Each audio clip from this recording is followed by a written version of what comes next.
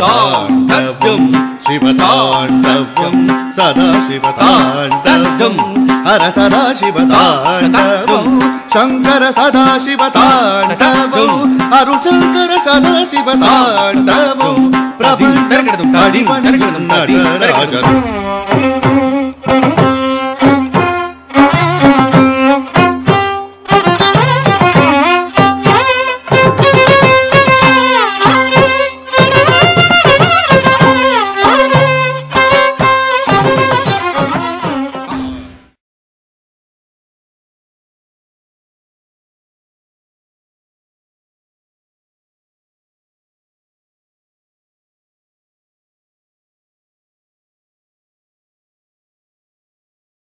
सृष्टीचा संहार करता म्हणून शिव हा आपल्याला माहिती आहे, पण मुळात तो कसा आहे तर वेदामध्ये ऋग्वेदामध्ये विशेषतः रुद्र ही देवता येते. आणि जसे विष्णू या देवतेला ऋग्वेदामध्ये 3 सूक्त दिलेली आहेत, तशी रुद्राला सुद्धा 3च सूक्त खरं म्हणजे दिलेली आहेत. आणि मग इतर काही देवतांचे अंश हे सुद्धा त्याच्याकडे आहेत असं पाहिलेलं आहे. आता हा रुद्र मूळचा कोण आहे तर हा रुद्र खरं म्हणजे वादळाचा देव आहे, तो पावसाचा देव आहे. वेदामध्ये पावसाचा देव इंद्र नाहीये, वेदामध्ये पावसाचा देव रुद्र, मरुद्गण वगैरे असे इतर देव आहेत. किंबहुना हे मरुद्गण म्हणजे वारे हे सुद्धा रुद्राचे गण आहेत असं मानलेलं आहे. आता गोष्ट अशी आहे की वाऱ्या पावसाचा, वादळाचा, संधी प्रकाशाचा, ढगांच्या गडगडाटाचा, विजांचा असा हा देव आहे. त्यामुळे तो भयानक असलेला देव आहे. म्हणजे एखाद्या डोंगरी किल्ल्याच्या कोकण कड्यावरती ज्यांनी वळीव पावसाचा अनुभव घेतलेला आहे त्यांच्या लक्षात येईल रुद्र म्हणजे काय असतं ऍक्च्युली. तर ते जे वर्णन आहे की संधी प्रकाश आहे, विजा चमचमतायत, ढग गडगडतायत, अचानकपणे बादा पाऊस पडतोय, कुठे आसऱ्याला जागा नाही आणि असा एककुंद अशा प्रकारचं वातावरण त्याच्यानंतरचं किंवा आधीचं, हे सगळं म्हणजे रुद्र. तेव्हा त्याचं वर्णन हे लोहित म्हणजे लाल रंगाचा, काळसर लाल रंगाचा, कृष्ण लोहित वगैरे अशी त्याची वर्णन, नील लोहित अशी वर्णन येतं. आता असा हा देव जो बेसिकली संहार करणारा देव आहे, तर जो संहार करू शकतो तोच उत्पत्ती करू शकतो अशा कल्पनेने तो काही प्रमाणामध्ये उत्पत्तीचाही देव इथं मानलेला आहे. पुढे काय होतं की हे झालं ऋग्वेदात.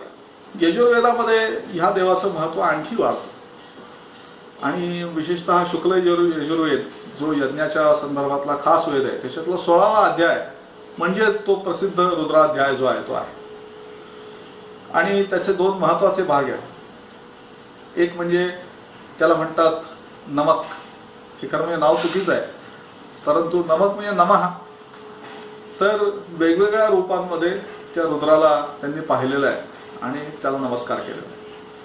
महत्वाचा मुद्दा काय आहे की एखादा देव हा जर घेतला तर त्याला इतक्या रूपांमध्ये पाहायचा आणि त्याच्याकडून एवढी प्रचंड मागणी ही करायची, असं एक अत्यंत महत्वाचं तंत्र हे यांनी अवलंबल्याचं आपल्याला दिसतं.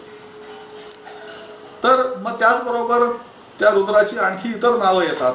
मग त्याला त्र्यंबक असं म्हटलेलं आहे, ते नाव तिथपासून येतं आपल्याला. आणि मग आपल्याला तो मंत्र माहिती आहे ज्याला महामृत्युंजयेश्वर मंत्र म्हणतात की ओम त्र्यंबकम यजामहे सुगंधिम पुष्टिवर्धनम उर्वारुकमिव बंधनात मृत्योर मुक्षीय मामृतात.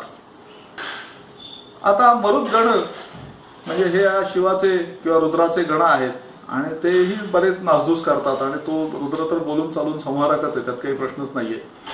पण पुन्हा एकदा जो संहार करू शकतो तोच जशी निर्मिती करू शकतो, तसंच जो संहार करू शकतो तोच संहार टाळू पण शकतो असा आहे.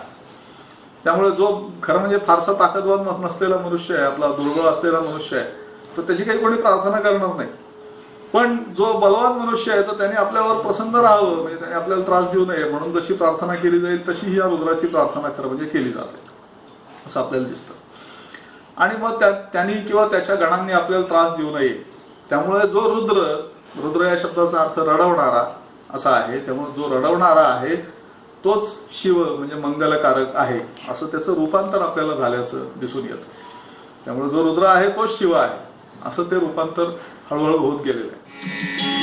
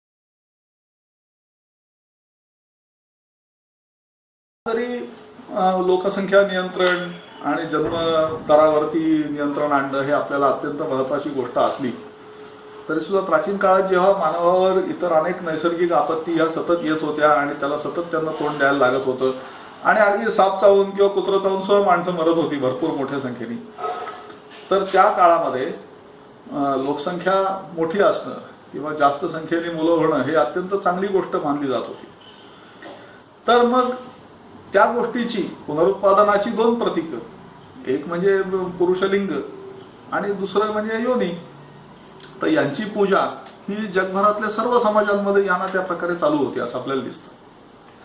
तर ती भारतातही चालू होती. आणि मग ही लिंग पूजा आपल्याला दगडी किंवा मातीची लिंग आणि त्यांची पूजा किंवा असं काही अशा सगळ्या पुरावे हे आपल्याला सिंधू संस्कृतीच्या म्हणजे महेंजोदडो, हडप्पा या साईट्सवरती किंवा अन्यत्र सापडतात. ताम्रपाषाण युगात ते मिळतात आणि पुढच्याही काळात मिळत राहतात.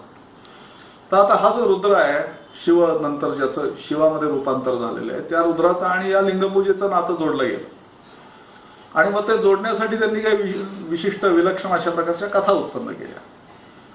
मग त्या कथा काय आहेत की एकदा तो रुद्र हा त्याच्या अशा ज्याला काय म्हणतात म्हणंग अशा स्वरूपामध्ये तो हिंडत होता आणि ऋषी पत्नींनी किंवा देवतांच्या पत्नींनी त्याला पाहिलं आणि त्यांच्या मनामध्ये चलबिचल झाली. आता ही जी चलबिचल झाली ही त्या देवतांना किंवा ऋषींना समजली आणि ते अस्वस्थ झाले. पण काही करता येणं शक्य नव्हतं म्हणून ते प्रजापतीकडे गेले म्हणजे ब्रह्मदेवाकडे गेले. तर ब्रह्मदेव म्हणला की तो जो काही तुम्हाला दिसतोय तो अत्यंत थोर असा मनुष्य आहे, त्याच्या हातून काही होणार नाही, तुम्ही काही काळजी करू नका, त्याच्या हातून पाप नाही होणार कुठल्याही प्रकारचं. पण देवांना ते काही पटलं नाही. मग त्यांनी ते त्याच्याकडे गेले, त्या रुद्राकडे गेले आणि ते त्याला म्हणाले की तू तुझा ज्या अवयवामुळे काही नुकसान होऊ शकतं तर तो अवयव तुझा काढून टाकायचा. आणि म्हणून त्याचं लिंग जे होतं ते छेदलं गेलं. ते जमिनीवर जिथं पडलं तिथं उभं राहिलं. आता पंचायत झाली की याला शिक्षा तर देऊन झाली समजा काय आहे ती, आणि तरी सुद्धा ते आता जे काही तिथं पडलेलं आहे आणि जे उभं राहिलंय त्याचं काय करायचं असा प्रश्न आहे पुन्हा. मग ते परत एकदा प्रजापतीकडे गेले. तो प्रजापती त्यांना म्हणाला की मी तुम्हाला सांगत होतो की त्याच्या वाटेला जाऊ नका म्हणून, तुम्ही कशाला उद्योग केलात काहीतरी. आता ते जे आहे त्याची तुम्ही पूजा करा आणि मी तुम्हाला परत एकदा सांगतो की तो देव आहे, त्याच्या हातून काही होणार नाही, तुम्ही काही काळजी करू नका.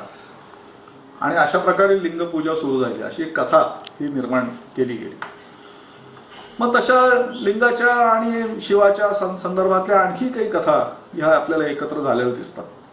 म्हणजे असं ते उभं राहिलेलं जे लिंग होतं तर ते वाढत वाढत मोठं मोठं होत गेलं आणि देवतांमध्ये भांडण लागलं की हे तर कुठपर्यंत जाणार, हे खाली कुठपर्यंत आहे, वर कुठपर्यंत आहे. आणि मग ते भांडण मुख्यतः ब्रह्मदेव आणि विष्णू यांच्यामध्ये भांडण लागलं. तर ब्रह्मदेवाने हंसाचं रूप घेतलं आणि तो उडत उडत वरच्या दिशेने गेला. आणि विष्णू आपल्याला माहिती आहे वराह अवतार त्याचा, तर विष्णूने वराहाचं रूप घेतलं आणि तो खाली गेला. आणि काही वेळाने ते दोघेही एकत्र आले, मुळात होते तिथे, आणि सांगायला लागले की मी तिथे गेलो होतो, मला ते वरचं टोक दिसलं, हा म्हटला मला खालचं टोक दिसलं. आणि अचानकपणे त्या लिंगातून शिव प्रकट झाला. तो म्हटला की तुम्हाला काही दिसलेलं नाही, थापा मारू नका, काही दिसणं शक्यही नाहीये, कारण हे तुमच्या आटोक्यातली गोष्टच नाहीये ही अजिबात. तर अशा स्वरूपाच्या गोष्टी या निर्माण झाल्या. किंवा एक मार्कंडेय नावाचा ऋषी होता, त्याच्या मागे यम लागला, आणि तो मार्कंडेय हा शिवभक्त होता. तर तो पळत पळत जात असताना त्याला वाटेत एक शिवलिंग दिसलं. त्याने त्या लिंगाला मिठी मारली आणि अचानकपणे त्या लिंगातून शिव बाहेर आला आणि त्याने यमाला लाद घालून हाकलून दिलं. तेव्हा अशा स्वरूपाच्या गोष्टी या निर्माण झाल्या आणि शिव आणि लिंग यांची एकात्मता ही साधली गेली.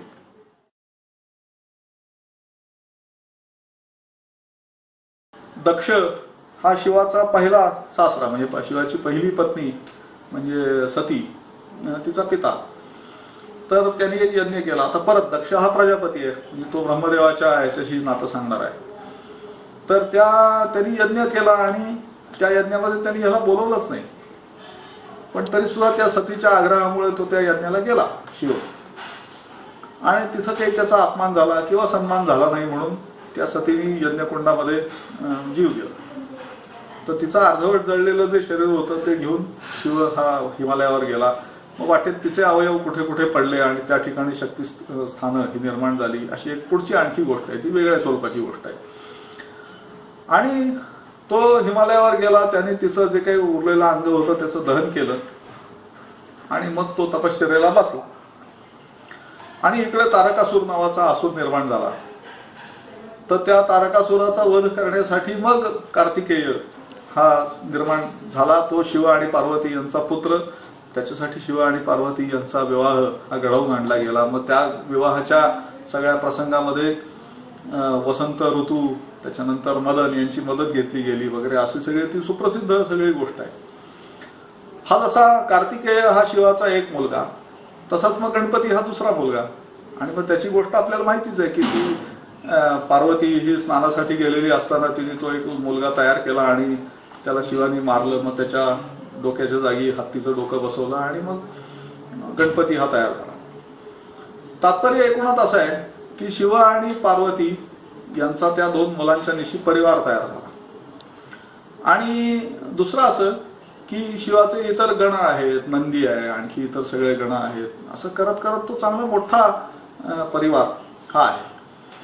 त्यामुळे शिव आणि विष्णू यांच्यामध्ये जर आपल्याला पाहायचं झालं तर आपल्याला असं दिसतं की विष्णूला अवतार आहेत, तसे अवतार शिवाला निर्माण करण्याचा प्रयत्न झाला. उदाहरणार्थ भैरव, मग त्या भैरवाचे 4 प्रकार, मार्तंड भैरव, रुद्र भैरव, काल भैरव, प्रलय भैरव, असे काही काही करत त्याचे अवतार निर्माण करण्याचा प्रयत्न झाला, पण तो जमला नाही.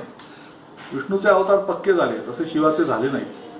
पण शिवाचा परिवार पक्का झाला, विष्णूचा मात्र परिवार त्या मानाने तितका पक्का नाही झाला. म्हणजे कसं, तर विष्णू आपल्याला माहिती आहे, त्याची पत्नी लक्ष्मी ही आपल्याला माहिती आहे, पण त्यांचा मुलगा तुकडा आपल्याला माहिती आहे. तर विष्णू आणि लक्ष्मी यांच्या मुलाचं नाव म्हणजे मदन. तो विष्णू लक्ष्मी यांचा मुलगा आहे, पण हे माहिती नसतं सामान्यपणे. पण शिव पार्वतीच्या बद्दल तो प्रश्न नाही. शिव आणि पार्वती यांच्या मुलांची नावं सांगा असं म्हटलं की 2 नावं कुठलाही लहान मुलगा सुद्धा सांगू शकेल, इतकं ते सुप्रसिद्ध आणि पक्क झालेलं अशी गोष्ट आहे. आणि शिव हा संहारक आहे, तो असुरांचं निर्दालन करतो. त्याच्या संदर्भात अनेक कथा निर्माण झाल्या. शिवाची पूजा ही मूर्ती आणि लिंग या दोन्ही पद्धतीने व्हायला लागली. मग पार्वतीला स्वतंत्र देवता म्हणून अस्तित्व प्राप्त झालं, कार्तिकेयाला स्वतंत्र देवता म्हणून अस्तित्व प्राप्त झालं, आणि गणपती आपल्या सगळ्यांचा लाडका असणारा, तर त्यालाही देवता म्हणून स्वतंत्र अस्तित्व प्राप्त झालं. आणि अशा प्रकारे शिवाचा परिवार हा पूर्ण झालेला आपल्याला दिसतो.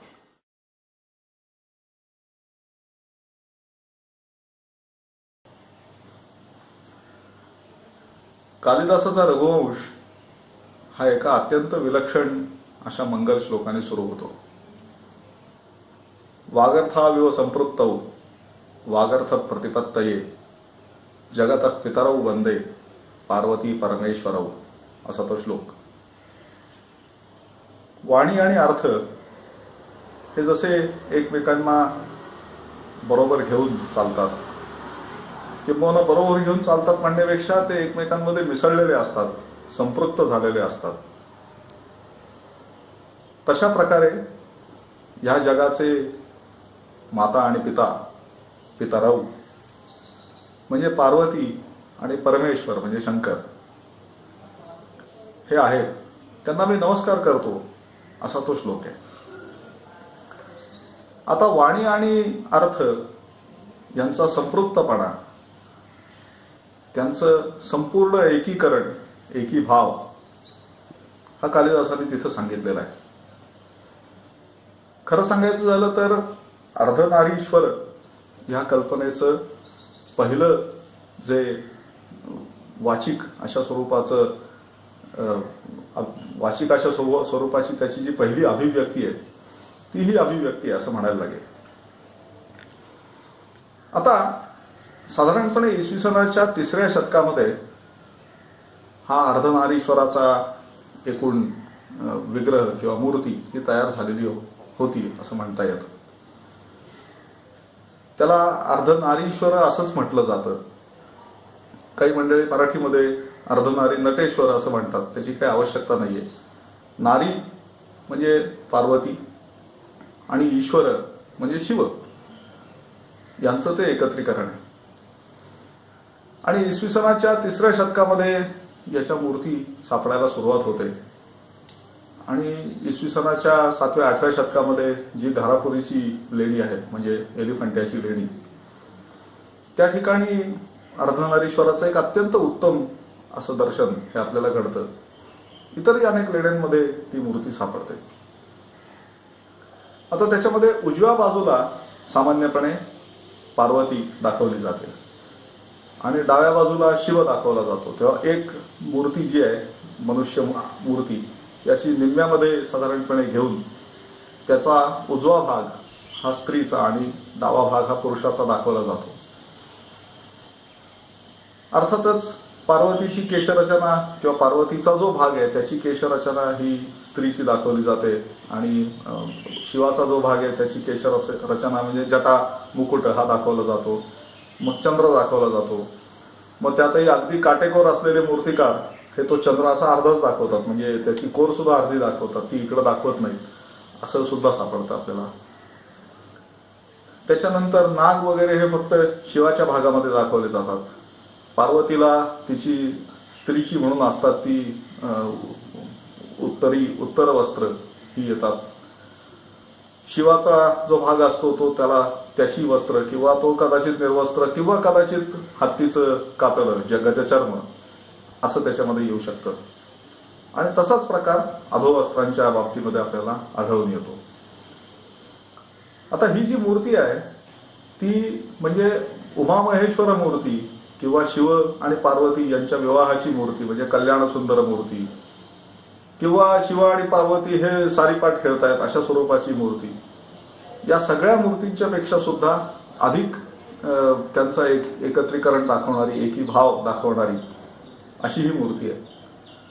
आणि त्या मूर्तीला लाभलेला अधिष्ठान जे आहे, त्या मूर्तीला लाभलेला अधिष्ठान जे आहे ते सांख्य दर्शनाचं अधिष्ठान आहे. कारण सांख्य दर्शनामध्ये त्यांची जी 25 तत्व आहेत त्यातली सुरुवातीची जी 2 तत्व आहेत, पहिलं तत्व आणि दुसरं तत्व, तर ते पुरुष आणि प्रकृती ही ती 2 तत्व आहेत. त्यामुळे त्यातला पुरुष म्हणजे शिव आणि त्याची प्रकृती म्हणजे पार्वती, आणि किंबहुना हे 2 जण एकत्र आल्याशिवाय सृष्टीची उत्पत्ती होणं शक्य नाही. पुरुष आणि प्रकृती हे एकत्र आल्याशिवाय किंवा ते एकत्र असल्याशिवाय सृष्टीची उत्पत्ती होणं शक्य नाही. आणि त्यामुळे ती 2 तत्व एकत्र दाखवलेली आहेत आणि त्यांच्यातून सृष्टीची उत्पत्ती होते, असं या तत्वज्ञानाचं एकूण सगळं सार आहे.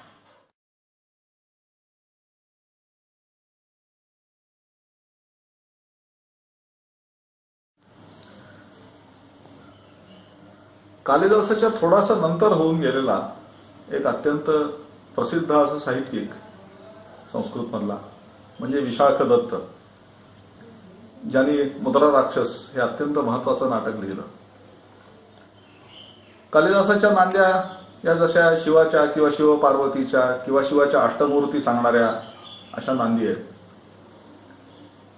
तर तशाच मुद्रा राक्षस नाटकाच्या सुद्धा ज्या 2 नांद्या आहेत त्या दोन्ही नांद्या शिवाशी संबंधित आहेत.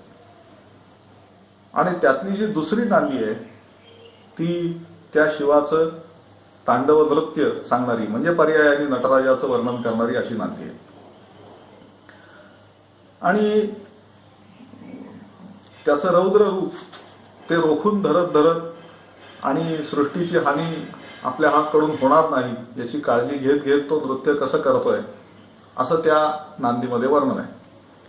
कारण त्या शिवानी एक हात असा कुठेही एका बाजूला फेकला तर तो सृष्टीच्या दुसऱ्या टोकाला जाऊन पोहोचेल, इकडे फेकला तर इकडे टोकाला जाऊन पोहोचेल. तर तो तसं करत नाही, कारण तसं केलं तर त्या सृष्टीला धक्का लागेल म्हणून. किंवा त्याने जर जोरात पाय आपटला तर सगळी सृष्टी खाली जाईल, त्याने आणखी काही कृती केल्या तर ती आणखी कुठेतरी जाईल. तो नजर कुठेही एका ठिकाणी रोखत नाही, कारण त्याने ती रोखली तर सृष्टी जळून भस्मसात होईल. त्यामुळे असं अत्यंत सांभाळत सांभाळत असं तो जे नृत्य करतोय तर ते नृत्य, ते तांडव नृत्य आणि ते करण्याचं त्याचं कौशल्य आहे, त्याला ह्या नांदीमध्ये सलाम केलेला आहे. गोष्ट अशी आहे की जसा विद्येचा देव म्हणून ब्रह्मदेव हा पुढे आला, नंतर ते स्थान अर्थातच गणपतीने घेतलं.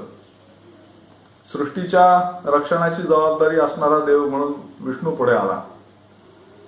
तसा संहाराचा देव म्हणून शिव पुढे आला. पण त्याचबरोबर जे अनेक कलागुण जे इतर देवतांना त्यांनी फारसे स्वीकारले नाहीत किंवा घेतले नाहीत, असे सगळे कलागुण हे शिवाकडे आले. त्यामुळे शिव हा वादक आहे, तो नर्तक आहे, तो संपूर्ण संगीत कलेचा आणि नाट्यकलेचा सुद्धा मूळ स्थान असलेला असा देव आहे. आता नटराज हा शब्द, तर नट याचा आता मराठीत जो अर्थ आहे तो म्हणजे अभिनय करणारा असा होतो. पण प्राचीन भारतीय परंपरेप्रमाणे गाणं, बजावणं आणि नाचणं म्हणजेच त्याच्यात अभिनय सुद्धा अंतर्भूत आहे. हे सगळं मिळून संगीत तयार होतं आणि त्या संगीताचा देव म्हणजे नटराज. तर त्या नृत्यामधलं जे सगळ्यात अवघड अशा स्वरूपाचं नृत्य आहे ते म्हणजे तांडव नृत्य, ते करणारा शिव म्हणजे नटराज शिव. आणि मग त्याची जी प्रसिद्ध मूर्ती आपल्याला माहिती आहे, जी अर्थात ब्रॉन्झमध्ये असते आणि तिचा तोल साधून ती ब्रॉन्झमध्येच करता येते, तशी मूर्ती दगडामध्ये किंवा इतर कुठल्या माध्यमामध्ये करणं हे अवघड असतं. मातीमध्ये करणं तर अजिबातच अवघड असतं. कारण त्याचा एक जो पाय आहे तो डावा पाय तो संपूर्णपणे उजव्या बाजूला गेलेला आहे. मग त्याचा तोल साधण्यासाठी त्याचा वरचा जो हात आहे तो त्या डाव्या पायाकडे दाखवलेला असतो. आणि मग एका हातामध्ये अग्नी, त्याच्यानंतर एका हातामध्ये डमरू, एक हात असा वर्ध मुद्रेमध्ये किंवा आणखी काही त्या हातामध्ये काही वेळेला धरलेलं असतं आणि चौथा हात हा खालच्या पायाकडे दर्शवणारा. तर अशी ती मूर्ती अत्यंत मनोहर अशा स्वरूपाची मूर्ती आणि त्या मूर्तीमधली गती ही त्या मूर्तीतच दिसून येते. पण एवढ्याने भागत नाही, कारण शिवाचं मुख्य कार्य हे असुरांचं निर्दालन हे आहे आणि असुरांचं निर्दालन करताना तो त्या लयीमध्ये, त्या तालामध्ये किंवा त्या जोशामध्ये ते नृत्य करतो असं दाखवलेलं आहे. म्हणजे कालिदासाचं सांगायचं तर उज्जैनीचा जो महाकाल आहे तर तो महाकाल संध्याकाळी नृत्य करतो तेव्हा तू तिथे जाऊन गर्जना कर, म्हणजे त्या नृत्याच्या वेळेला डमरू किंवा ढोल वाजवल्याचं पुण्य तुला लाभेल असं कालिदास त्या मेघाला सांगत असतो. तर शिवा असं संध्याकाळच्या वेळेला असं बेफाट असं नृत्य करतो असं वर्णन करायला कवींना आवडतं. आता जो काही सगळा संघर्ष आहे त्या संघर्षाचं प्रतीक म्हणजे त्याच्या भोवती असणारी ती प्रभावळ, त्याच्यावर काही अग्नी पेटलेल्या आहेत आणि शिवाय शिवाच्या हातामध्ये अग्नी आहे असं आपल्याला सापडतं. नंतरच्या साहित्यामध्ये आपल्याला तांडवाचे सुद्धा 2-3 प्रकार हे केल्याचं सापडतं. म्हणजे 2-3 म्हणजे अनेक प्रकार केल्याचं सापडतं.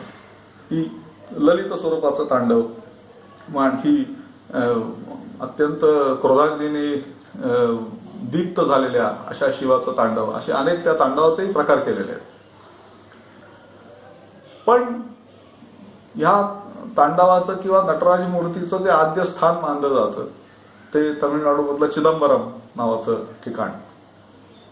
तर त्या ठिकाणची नटराज मूर्ती ही अत्यंत प्रसिद्ध आहे आणि किंबहुना चोल काळामध्ये ज्या काही ब्रॉन्झच्या नटराज मूर्ती केल्या जातात त्या किंवा केल्या जात असत त्या नटराज मूर्तीप्रमाणे केल्या जात असत असं आपल्याला सापडतं. आता इतरत्र नटराजाचं चित्रण नाही असं नाही, परंतु मी मगाशी सांगितलं त्याप्रमाणे की तो पाय, त्याचा डावा पाय हा संपूर्णपणे उजव्या पायाला छेदून पलीकडे गेलेला आहे किंवा त्याला ओलांडून पुढे गेलेला आहे असा नटराज नसतो दाखवलेला. तो त्याचा डावा पाय किंचित उचललेला आहे किंवा डावा टेकवलेला असला तर उजवा पाय किंचित उचललेला आहे आणि तो थोडा असा वाकडा केलेला आहे. अशा स्वरूपाच्या मूर्ती आपल्याला सापडतात. अर्थातच त्या मूर्ती या ब्रॉन्झ मधल्या नटराजाच्या मूर्तीच्या इतक्या चांगल्या दिसत नाहीत. बर, दुसरी एक गोष्ट अशी की ह्या नटराजाच्या पायाखाली काही वेळेला एक अपस्मार पुरुष नावाचा एक असा बुटका मनुष्य दाखवलेला असतो.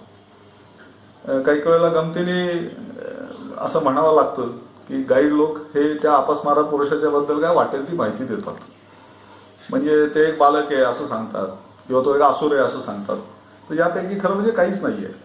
तो अपस्मार पुरुष हा खरं म्हणजे अज्ञानाचं प्रतीक आहे. त्यामुळे एका बाजूला कलेचा देव असलेला आणि नृत्य करणारा, म्हणजे नृत्य ही आणि परफॉर्मिंग आर्ट्स मधली सर्वोच्च अशा प्रकारची कला आहे. कारण ती काही एका जागी बसून करता येत नाही. त्याच्यामध्ये 3 डायमेन्शनल सगळा सेन्स हा असायला लागतो, तो त्या कलेमध्ये येतो. जसं फाईन आर्ट्स मधली शिल्पकला ही सर्वोच्च पद्धतीची कला आहे, तशी परफॉर्मिंग आर्ट्स मधली नृत्य ही सर्वोच्च कला आहे. तर ती कला करणारा तो नटराज आणि तो अज्ञानरूपी असुराला अपस्मार म्हणजे विस्मृती थोडक्यात, म्हणजे त्या असुरावर पाय देऊन उभा आहे. अपस्मारावर तो पाय देऊन उभा आहे. त्यामुळे तो एक प्रकारे ज्ञान हे घेऊन आणि त्याचबरोबर कला सादर करणारा असा देव आहे, असं त्याचं चित्रण हे तिथे केल्याचं आपल्याला आढळतं. नटराज मूर्ती साधारणपणे 7व्या-8व्या शतकामध्ये प्रचारात आली असली पाहिजे, पण तिथपासून गेली 1300 वर्ष ती कलाकारांनाच नाही तर सामान्य जनांना सुद्धा आकर्षून घेणारी अशी मूर्ती ठरलेली आहे. जेव्हा आपण नृत्य, शास्त्रीय नृत्य हे करिअर घ्यावं की नाही असा प्रश्न मला माझ्या आयुष्यात खूप जणांनी विचारला. कारण मी स्वतः हे करिअर म्हणून, आयुष्यभराचं व्रत म्हणून पाहिलेलं आहे. अशाच एका ठिकाणी जिथे खूप चांगल्या प्रोफेशनल नृत्यांगनांना त्यांनी नृत्य हे एक करिअर असा विषय देऊन सेमिनारसाठी बोलवलं होतं. मलाही बोलवलं होतं आणि माझं भाषण सर्वात शेवटी होतं. मी प्रवास करून आदल्या दिवशी पहाटे उठून, आणि ते सकाळी होतं त्यामुळे पहाटे सगळं आवरून मी गेले तिकडे. नृत्य एक करिअर, मी म्हटलं की मी आयुष्यभर हेच केलंय, त्यामुळे हे बोलायला तशी कधी अडचण आली नाही, तशी येणार नाही. त्यामुळे मी त्या आविर्भावात तिथे गेलेले होते आणि सगळ्या प्रेक्षकांमध्ये चांगले चांगले नर्तक होते, नृत्य विद्यार्थी होते, नृत्य शिक्षक होते आणि असं पूर्ण ते सभागृह गच्च भरलेलं होतं. आणि तिथे मी पहिल्या रांगेमध्ये बसून माझ्या आधीच्या वक्त्यांचं सगळं बोलणं ऐकत होते. खूप जणांनी लॅपटॉप घेऊन आले होते, भरपूर लिहून आणलं होतं आणि ते बोलत होते. अतिशय सुंदर रीतीने त्यांचे मुद्दे मांडत होते आणि मी हे सगळं बघत होते. मी खरं तर एकही ओळ लिहिलेली नव्हती, कारण मला असं वाटलं की माझ्या मनात जे आहे ते मी बोलीन. आणि माझं भाषण सर्वात शेवटी होतं, त्यामुळे पाहता पाहता माझ्या आधी 6 वक्ते होते आणि सगळे मुद्दे हे त्यांनी नृत्य एक करिअर या भोवती गुंफून संपवून टाकले होते. मी विचार करत होते, आता मला सर्वात शेवटी बोलायचं आहे, तर माझ्या बोलण्यामध्ये असे काहीतरी मुद्दे यायला पाहिजेत की जे समोर बसलेल्या नृत्य अभ्यासकांना पण उपयुक्त वाटले पाहिजेत, नृत्य विद्यार्थ्यांना मार्गदर्शक ठरले पाहिजेत आणि जे प्रोफेशनल आर्टिस्ट आहेत त्यांना ते कुठेतरी त्याच्यामध्ये त्यांना स्वतःला बघता आलं पाहिजे. आणि असं असून सुद्धा आपलं वेगळेपण असं असलं पाहिजे की जे कुठल्याही पुस्तकामध्ये हे मुद्दे नाहीयेत. मग आता काय करायचं? त्यामुळे मी समोर बसले होते, उजवीकडे नटराजाची मूर्ती ठेवलेली होती आणि पाहता पाहता त्या मूर्तीमध्येच मला असंख्य करिअर ओरिएंटेड मुद्दे मिळाले. ते आज मी तुमच्याशी वाटून घेणार. मी जेव्हा बोलायला उभी राहिले तेव्हा मी म्हटलं की या मूर्तीने मला जे जे काही सुचवलंय तर ती मूर्तीच मला सगळं काही सांगू लागली आणि मला असं वाटलं की आपले मुद्दे नंतर ह्या विद्यार्थ्यांच्या लक्षात राहण्यासाठी सर्वात महत्वाचं काय आहे तर या नटराजाच्या मूर्तीकडे बघा आणि तीच आपल्याला सांगते की हे करिअर म्हणून जर तुम्हाला घ्यायचं असेल तर तुमच्या अंगात कोणते कोणते गुण आवश्यक आहेत. सर्वात पहिल्यांदा म्हणजे आता आपण नेहमी बघतो की नटराजाच्या मूर्तीचं खूप मोठ्या मोठ्या लोकांनी विश्लेषण केलेलं आहे. आम्हाला नालंदात अभ्यास करताना नटराजाच्या मूर्तीची वैशिष्ट्य ही भरपूर वेळा आम्हाला लिहायला असायची. त्यामुळे यौगिक दृष्ट्या, सांस्कृतिक दृष्ट्या, एक शिल्प, एक मूर्ती म्हणून, त्याच्यानंतर तात्विक दृष्ट्या, धार्मिक म्हणून त्याला असंख्य अधिष्ठानं आहेत. हे आपल्या सगळ्यांना माहिती आहे. त्याचे प्रत्येक हस्त हे आपल्याला काही काही वेगळं सांगत असतो हेही माहिती आहे. पण त्या दिवशी मला असं सापडलं की हीच मूर्ती आपल्याला आपल्या करिअर विषयी उत्तम मार्गदर्शन करू शकते. कसं तर त्यांनी आपण त्या मूर्तीकडे बघितलं तर त्याचे जटाजूट असे पसरलेले दिसतात.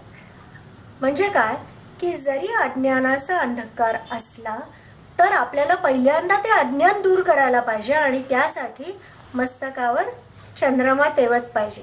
म्हणजे काय ज्ञानाचा प्रकाश हा आपण मिळवायचा प्रयत्न केला पाहिजे. हे सगळं मी मला जे भावलं ते सांगते बरं का.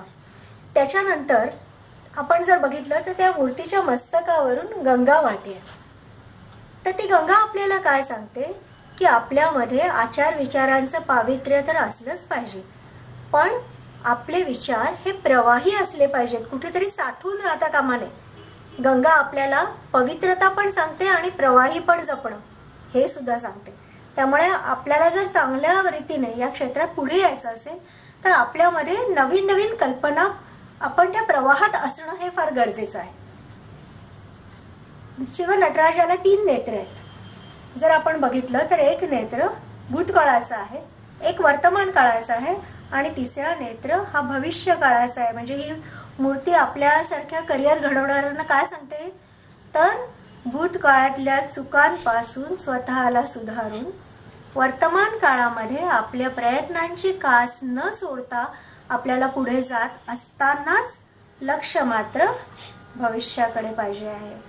म्हणजे आपण सतत अलर्ट पाहिजे की आपल्या क्षेत्रामध्ये काय काय होतं आहे आणि आपण जास्तीत जास्त काय काय योगदान देऊ शकतो तरच आपण या क्षेत्रामध्ये टिकून राहणार आहोत. नटराजाच्या मूर्तीला 4 हात आहेत. उजव्या हातामध्ये डमरू आहे. डमरू हे वाद्य जर बघितलं तर ते मुळातच त्याला आपण आघात करत नाही, ते आपोआपच त्याच्यात आघात होत राहतो त्याच्यावरती. तो आपल्याला काय सांगतो जर आपल्याला उत्तम नृत्यांगना बनायचं असेल तर सकाळ संध्याकाळ दिवस रात्र रियाज चालू पाहिजे. रियाज होतोय की नाही हे ते डमरू मधनं आपल्याला शिव सांगता आहेत. त्याच्या डाव्या हातामध्ये अग्नी आहे. ते काय सांगतो की आपल्यामध्ये जे हिणकस असेल, जे नकारात्मक असेल, जे वाईट प्रवृत्ती असतील, इच्छा असतील त्या सगळ्या आपण त्याच्यामध्ये जाळून टाकल्या पाहिजेत, त्या सगळ्या नष्ट केल्या पाहिजेत. आपल्यामध्ये फक्त सकारात्मकताच पाहिजे. उजवा हात अभय मुद्रा सांगतो. अभय मुद्रा म्हणजे थोडक्यात मला काय दिसतं त्याच्यामध्ये तर श्रद्धा आणि सबुरी. रियालिटी शो सारखं एका रात्रीत मिळणारं आणि दुसऱ्या रात्रीत गायब होणारं यश आपल्याला नकोच आहे. जर आपल्याला कायमस्वरूपी टिकणारं यश पाहिजे असेल तर आपण शांत राहणं आणि वाट बघणं हे खूप महत्वाचं आहे.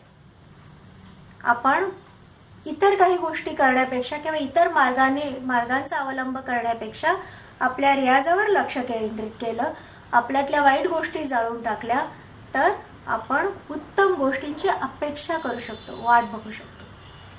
दुसरा हात आहे डोला हस्त किंवा गजहस्त त्याला म्हणतात. म्हणजे काय तो आपल्याला नम्रता शिकवतो.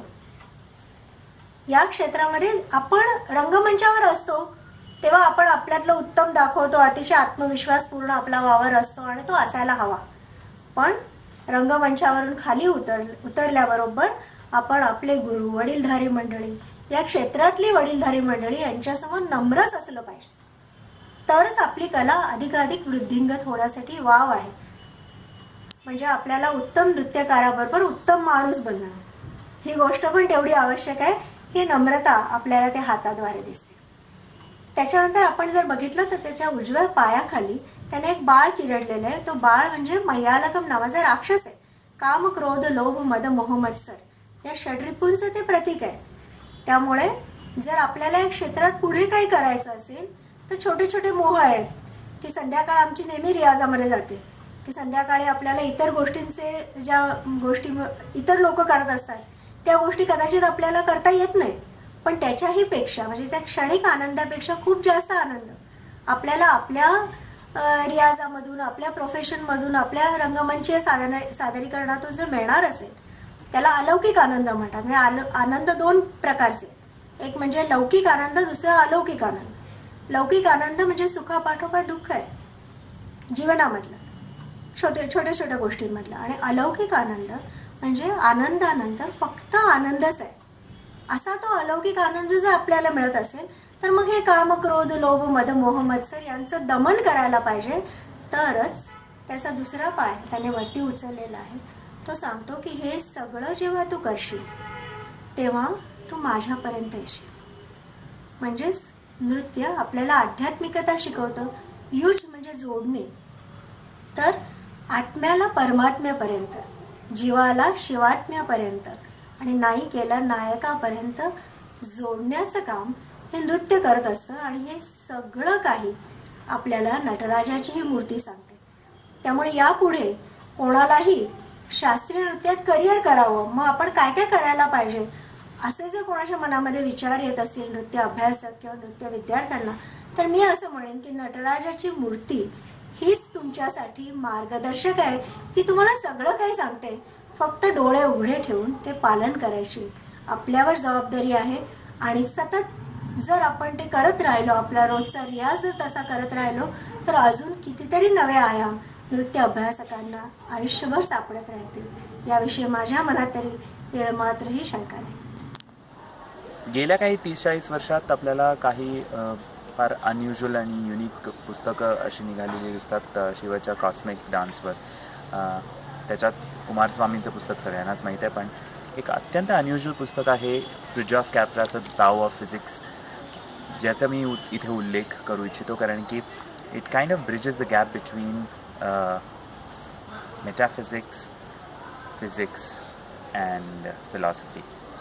तर खूप युनिक आणि अनकन्व्हेन्शनल पद्धतीने आपण फ्रिजॉफ कॅप्राच्या या पुस्तकाकडे बघू शकतो, कारण की एस्पेशली नटराज तत्व, महाशिवरात्रीनिमित्त मी उल्लेख करतो आहे. नटराज तत्व बाबतीत फ्रिजॉफ कॅप्राचं याचं फिजिक्स आणि मेटाफिजिक्स यातले कॉन्सेप्ट व्ह्यू करून त्या नटराज तत्वाकडे बघणं, त्या आयकॉनोग्राफीकडे बघणं हे फार एक अनयुज्युअल बट एक्स्ट्रीमली रिव्हिलिंग आणि एनरिचिंग असा एक एक्सपिरियन्स आहे. तर जे ऑडियन्स हा व्हिडिओ बघतायत त्याच्यात तुम्हाला इंटरनेटवर फ्रिजॉफ कॅप्राचं ताओ ऑफ फिजिक्स हे पुस्तक व्हेरी रेडीली ॲक्सेसिबल आहे असं तुम्हाला जाणवेल. तर do access it and enjoy, especially on this day of Mahashivratri, the Nataraja tattva in the context of metaphysics and physics.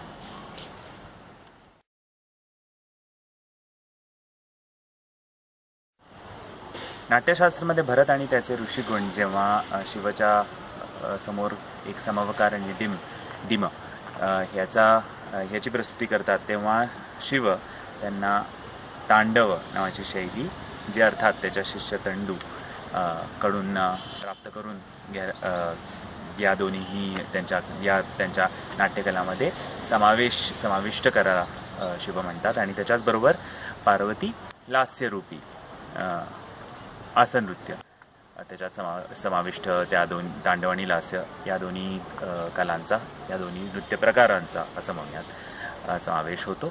तर याच्या पलीकडे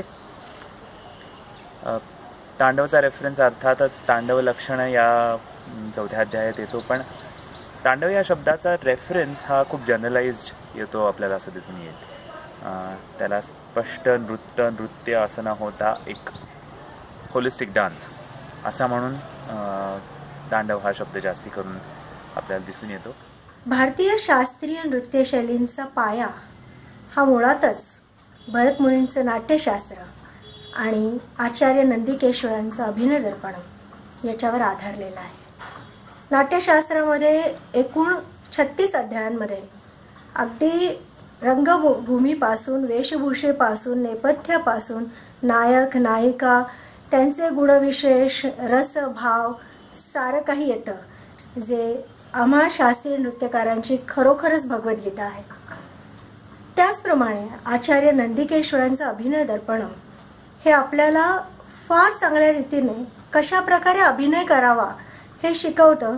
शिर, दृष्टी, ग्रीवा, असंयुक्त, संयुक्त हस्त, गतिभेद, चारी भेद सर्व काही येतं. त्याचबरोबर नर्तिका कशी असावी, सभा कशी असावी, नर्तिकेमध्ये काय काय गुण असावेत, रूप कसं असावं, इथपासून ते किंकिणी लक्षणं म्हणजे घुंगरांचा कसा नाद असला पाहिजे आणि कशा प्रकारची घुंगरं आपण वापरली पाहिजेत, इथपर्यंत सर्व काही नंदिकेश्वरांनी सांगितलेलं आहे.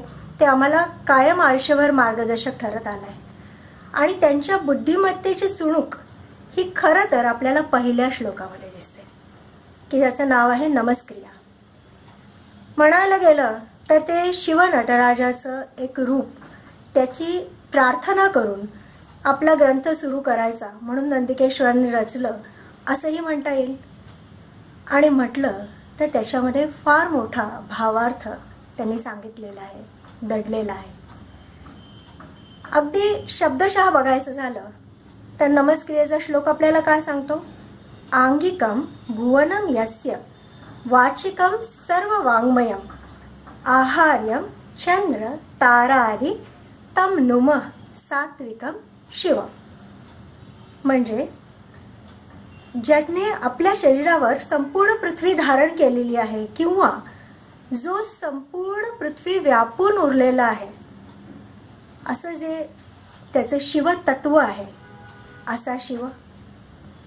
वाचिकम सर्व वाङ्मयम म्हणजे ज्याला सगळं वाङ्मय मुखोद्गत आहे असाही अर्थ होतो, किंवा शिव जे काही बोलतात ते वाङ्मयाचं स्वरूप घेतात.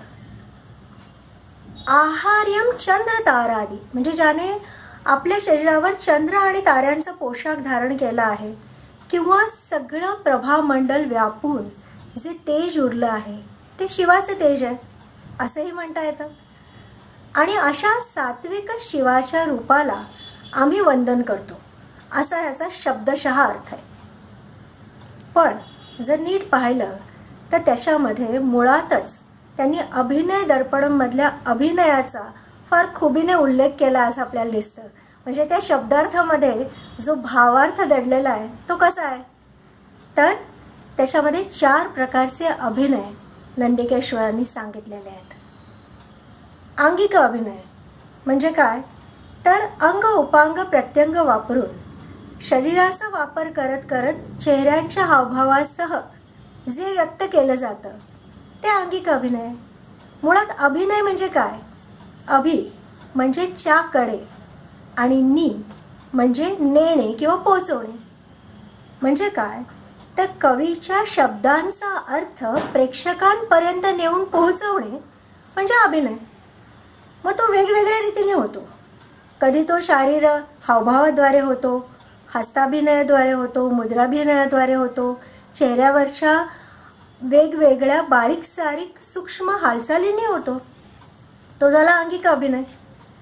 वाचिक अभिनय म्हणजे काय तर जे रंगमंचावर वाद्य वापरले जातात. आता वेगवेगळ्या शास्त्रीय ज्या 8 नृत्य शैली आहेत त्यांच्यामध्ये वेगवेगळी वाद्य आणि वेगवेगळे मुळातच शैली वापरल्या जातात. कुठे कर्नाटक शैली आहे, कुठे उत्तर हिंदुस्थानी शैली आहे आणि त्याद्वारे सुद्धा आपल्याला काही व्यक्त होत असं. अभिनय म्हणजे काय तर व्यक्त होणं.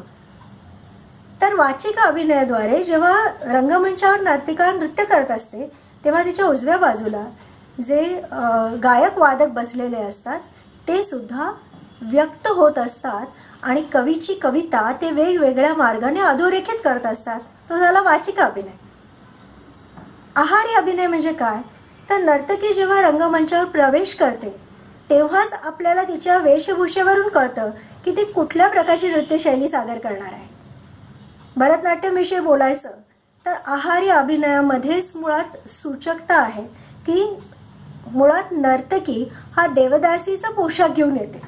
देवदासी म्हणजे काय की जी देवाशी जिचं लग्न झालेलं आहे त्यामुळे ती सतत सुवासिनीच आहे आणि अशा प्रकारे तिचं रूप घेऊन नर्तिका रंगमंचावर येते. त्यामुळे खूप गोष्टींमध्ये आपण आपल्या पोशाखाद्वारे सुद्धा खूप गोष्टी सूचित करत असतो.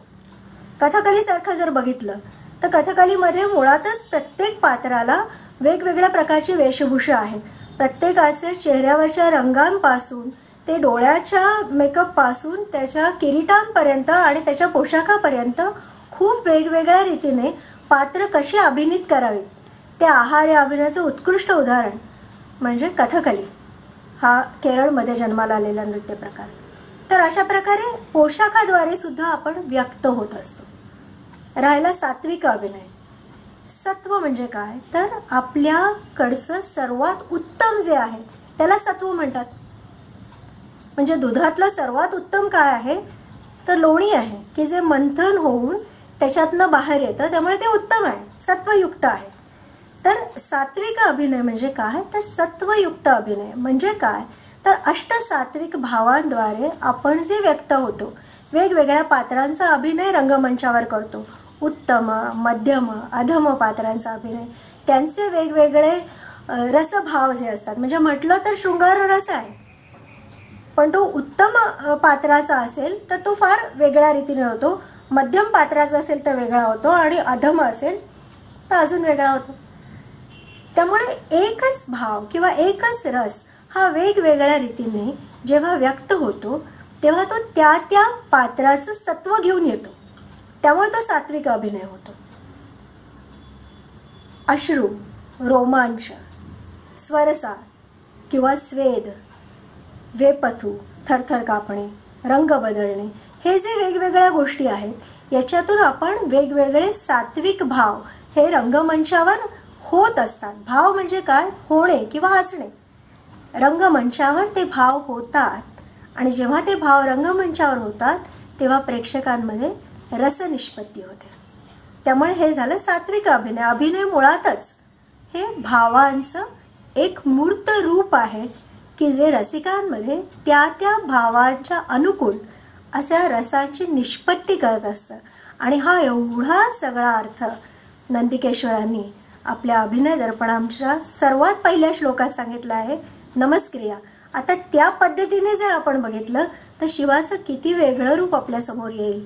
आंगिकम भुवनम यस्य, आंगिकम भुवनम यस्य, वाचिकम सर्ववाङ्मयम, आहार्यम चंद्र तारादि तम नुमः सात्विकम सात्विकम सात्विकम शिवम.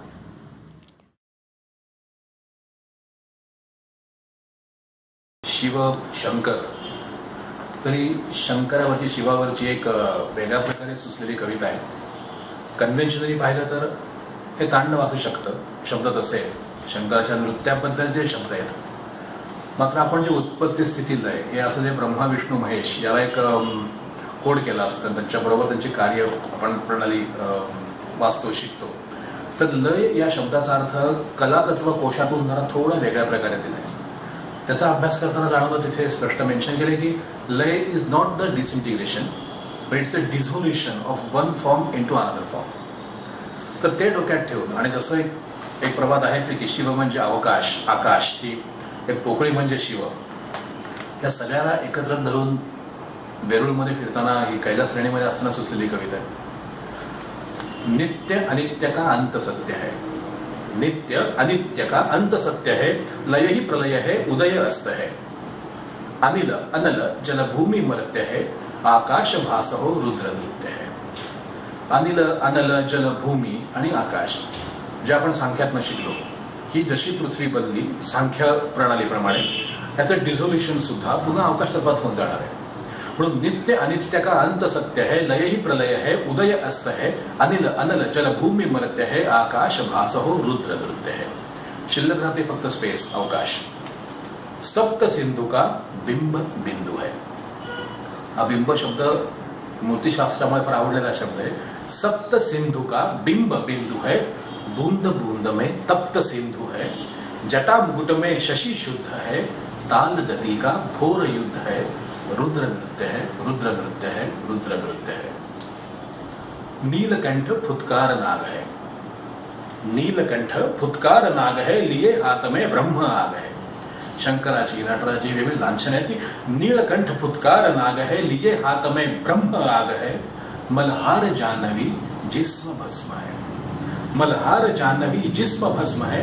रुद्र रौद्र की भद्र रस्म है, रुद्र नृत्य है, रुद्र नृत्य है, रुद्र नृत्य है। म्हणतात की dance is a living poetry, म्हणजे नृत्य ही एक जिवंत कविता असते आणि नर्तिका ही कवीची जिवंत कविता बनून रंगमंचावर येते.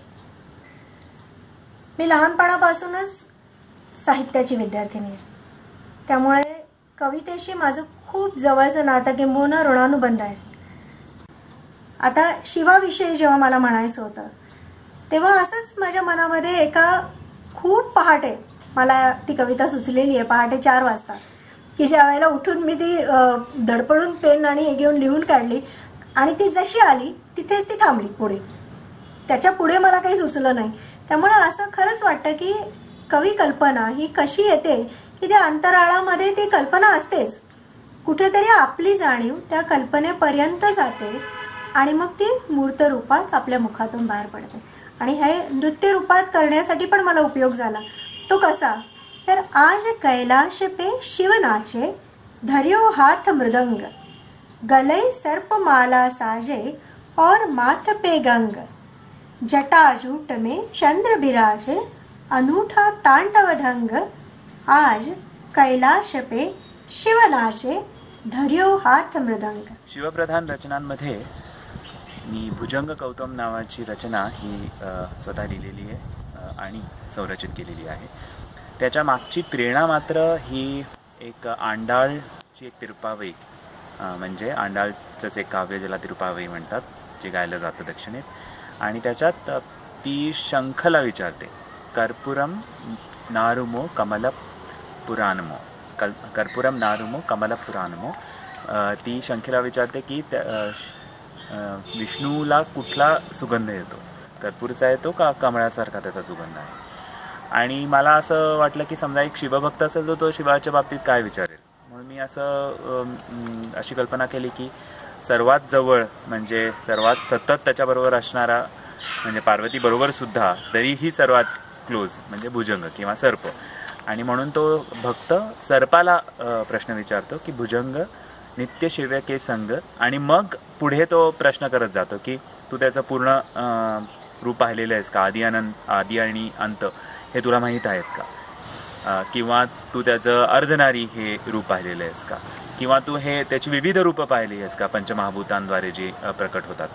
आणि मग तो अंततः त्यालाच सांगतो की तूच शिवाला विनंती कर की शिवानी माझ्यावर सतत कृपादृष्टी ठेवावी. अशी ती रचना आहे. आणि त्या रचनेला जोडून काही विशिष्ट नृत्यपरक बोल आहेत.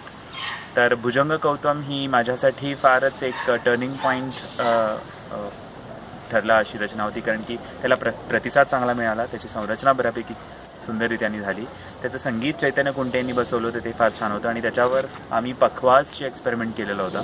पखवाज आणि व्हायोलिनची अशी एक पॅरलल जुगलबंदी त्या रचनेच्या अंततः आहे, जे प्रामुख्याने भरतनाट्यम आणि भरतनृत्यम म्हणजे पद्मा सुब्रमण्यम ह्यांचे करणं अशा दोन्हींचा सवाल जवाब त्याच्यात घडतो. म्हणजे एकात फुटवर्क आहे आणि एकात फक्त मुवमेंट्स आहेत, आणि जिथे हालचाली आहेत, अंगिक हालचाली आहेत आणि पदन्यास नाही, त्याच्या बॅकग्राऊंडला व्हायोलिन, आणि जिथे फक्त फुटवर्क आहे तिथे पखवाज. माझ्यासाठी ही रचना एक मोठा लँडमार्क आहे माझ्या करिअरमधला, कारण की एकतर काव्यांजली या माझ्या प्रोडक्शन मधली ती एक रचना होती ज्याच्यात मी एका नृत्य कलाकारानेच स्वतःचं काव्य केलेलं आहे, आणि त्याच्यातच वर जेव्हा तो कलाकार नृत्य करतो तेव्हा तो कसा एकरूप होतो त्या काव्याशी आणि त्या संगीताशी, असा काहीतरी एक विचार होता हे या प्रोडक्शनच्या मागे.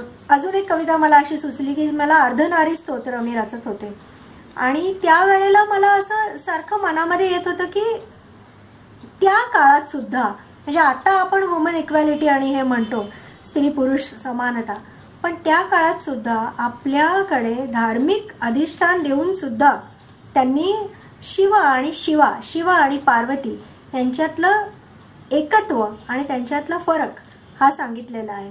तर ते मी जेव्हा रचत होते तेव्हा कुठेतरी माझ्या मनातली एक जाणीव अशी ढवळली गेली आणि कविता आली ती अशी. आज बताओ एक दिन की बात, आज बताओ एक दिन की बात, खेल में दी शिव ने शिवा को मात, विवल पार्वती हुए परेशान, दिया शिव को नृत्य आह्वान, डमरू शिव का शिवा के नूपुर, आकुल मुनि मनुज सुरासुर, ढला दिन भई सांझ की बेला, शिव ने थकी शिवा को संभाला. हम दोनों कब दो थे शिवे, युगों से कभी जुदा न हुए, तन भिन्न मन एक हमारा, जान लो आज भेद ये पूरा, शिवा के बिन है शिव अधूरा, शिवा के बिन है शिव अधूरा.